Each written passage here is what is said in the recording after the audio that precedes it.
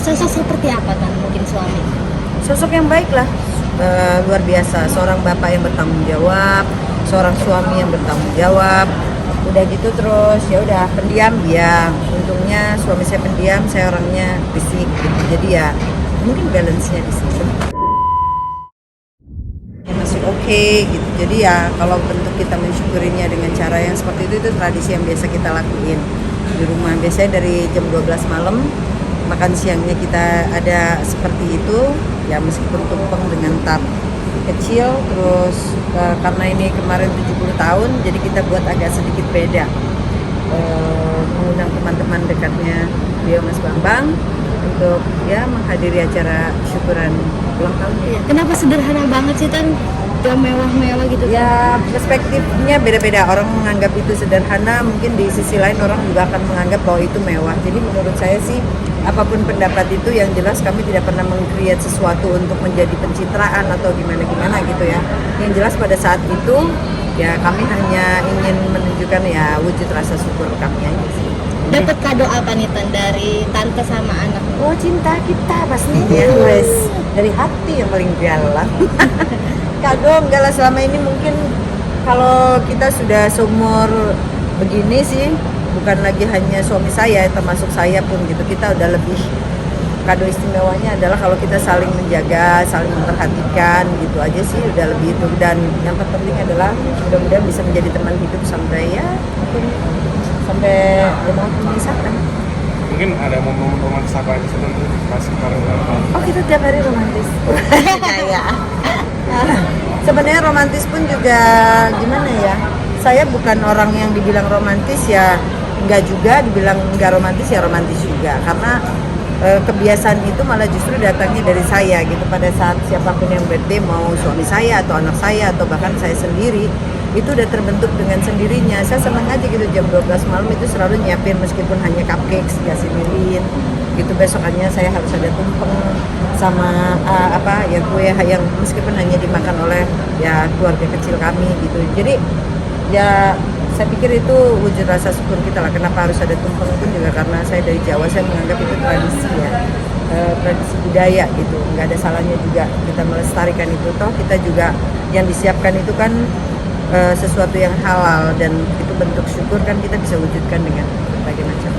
Tante kemarin di video itu banyak banget nih yang komen netizen, katanya Om Bambang tuh kelihatan sayang banget, kayak takut kehilangan tante sama anak. Seperti apa tuh? Baju saya mendadak nggak muat gitu. Alhamdulillah, amin.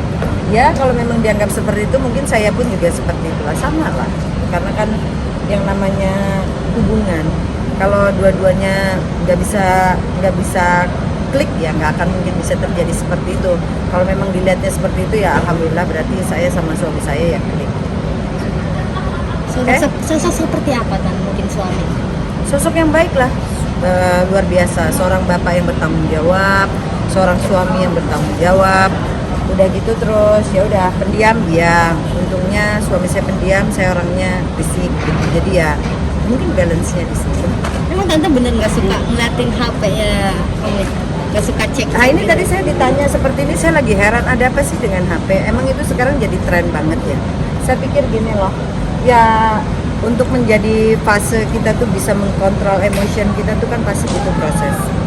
Saya bisa berbicara seperti ini karena usia saya berapa gitu. Tapi dulu mungkin juga karena teknologinya pada saat zamannya saya juga tidak seperti sekarang, tidak ada gadget gitu ya. Jadi ada pun masih ada telepon yang diputer terus pakai paging gitu kan. Jadi nggak terlalu yang surat-suratan gitu, mungkin kan itu era dulu. Kalau sekarang kan gimana ya, saya ngelihat malah justru generasi sekarang lebih fragile, lebih lebih kepo juga gitu. Terus tapi ya inilah perkembangan zaman yang sudah terjadi gitu.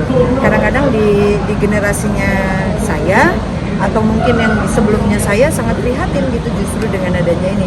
Harusnya dengan adanya gadget seperti ini, mindset orang juga harus udah ready dengan kontrol emotionnya, itu sih lebih baik gitu. Kalau saran saya sih untuk apa kontrol HP ya, lebih baik kontrol aja HP-nya diri kita sendiri, apa nih yang kurang dari kita udah membuat jadi mancing orang komen seperti ini nggak, seperti itu nggak. Tapi kalau mau dipikir ke sana pun juga capek amat. Jadi mungkin gini, ya bersosmed lah dengan bijak sih menurut saya. Aja. Udah tante, tipikal yang posesif nggak sih sama Mas Bambang? Siapa? Saya? Oh enggak. Enggak. Mungkin posesifnya saya sudah lewat. Karena kalau sekarang saya posesif ya nanti gimana ya? Malu sama tahun kelahiran saya. Posesif pasti ada lah ya, namanya kita berhubungan kan selalu harus ada. Itu namanya kan bentuk sayangnya kita dengan pasangan kita gitu. Cuman masalah ada yang over nunjukinnya atau enggak, mungkin saya bukan karakter yang seperti itu. Satu hal bisa jadi karena mungkin saya biasa bergaul dengan banyak orang, jadi mungkin saya lebih open mindset ya, lebih open minded lah. Misal pasangan kita ngobrol sama lawan jenis kita, terus kita jadi gimana? Enggak kok, kadang-kadang malah saya sekarang ini di fase yang saya dengan suami tuh yang dia punya kegiatan apa ya silakan lakukan gitu. Saya punya kegiatan apa ya juga silakan melakukan. Yang penting kita bisa saling pegang, ya bisa dipegang kepercayaannya gitu. Sama untuk saya sih trust penting sih. Tapi kalau ke anak seprotektif apa nih tante sama om? Oh harus protek lah. Saya pikir semua orang tua pasti protek ya dengan anaknya gitu. Cuman kendalanya sebagai orang tua zaman sekarang tuh lebih susah menurut saya. Ya dengan ya balik lagi eranya sudah sedemikian beda. Tapi menurut saya itu sangat-sangat bisa diatasi asalkan kita juga bisa bonding dengan anak. Kalau bisa dia lebih terbuka dengan kita daripada dengan orang lain. Aja sih. Memang nggak semuanya bisa disamakan. Kadang-kadang kan ada yang bekerja, ada yang begini. Kita lihat situasinya lah. Gitu. Tapi yang menurut saya kalau kita mau hubungan keluarga antara suami, istri dan anak itu terjalin dengan baik, kata kuncinya adalah komunikasi sama saling menghargai. Kalau untuk saya dengan anak saya mencoba untuk berpikir di usianya dia. Jadi saya nggak pernah memaksakan mendidik dia itu umurnya berapa terus harus mengikuti cara pikir saya, nggak akan match. Karena kan saya udah lebih mature, tapi saya pernah di usianya dia, which is saya ngelihatnya ya saya akan memberikan pendidikan yang pernah saya alamin, tapi saya juga harus lebih bisa membuka mata saya yang terjadi sekarang ini apa. Untungnya anak saya anak baik. Mungkin prakteknya tuh nggak boleh pacaran dulu di umur 17 tahun apa nggak boleh keluar malam dulu gitu tuh. Oh iya, kalau untuk saya sih wajar-wajar aja lah. Atau kita juga nggak usah yang terlalu kayak wah perfect banget, enggak gitu. Saya pun juga harus memberikan kesempatan ke anak saya untuk social life-nya dia juga jalan. Karena anak saya pun juga dari kecil sudah terbiasa dengan banyak teman. Bahkan malah teman-temannya itu sering main ke rumah. Saya lebih senang teman-temannya main ke rumah. Untungnya dia di sekolah yang dari SD, SMP sampai SMA itu ya satu teman, circle-nya sama. Jadi antara anak dan orang tuanya tuh udah kenalan. Ini boleh diupdate nih tante. Kabarnya pertanyaan ini mau comeback nih. Comeback.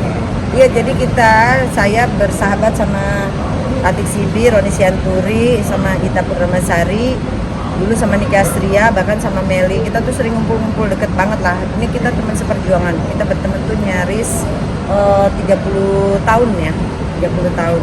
Dan kita tuh hubungannya deket banget dari kita masih lajang sampai akhirnya kita sudah punya berkeluarga, hubungannya masih tetap baik. Ya udah kita terjemahkan mau diwujudkan di sebuah konser. Dulu saya duduk-duduk sama Meli ngobrol jadi buat album Masterpiece My Little Slow.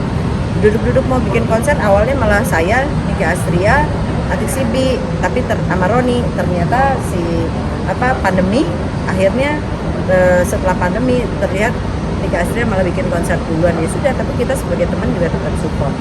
Ini maksudnya ada satu konsep yang akan kita buat sebenarnya lebih ke ingin mengedukasi sih, bahwa sekarang kan untuk entertain muda zaman sekarang kan tidak terlihat maksudnya kedekatan antara teman-temannya gitu. Jadi kalau beda dengan generasinya kita gitu.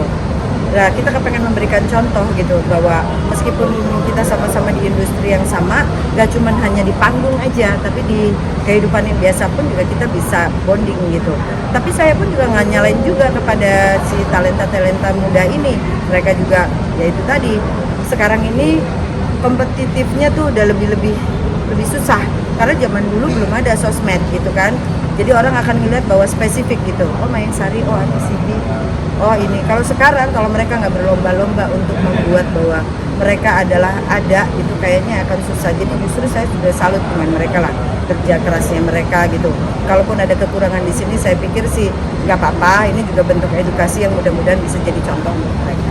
Tapi untuk anaknya tante sendiri akan diarahkan ke dunia musik juga nggak sih? Iya. Oh, saya nggak pernah memaksakan dia untuk terjun di dunia yang sama seperti ibunya, bapaknya enggak gitu. Saya memberikan kebebasan sama dia, yang penting fokusnya dia sekarang ini sekolah.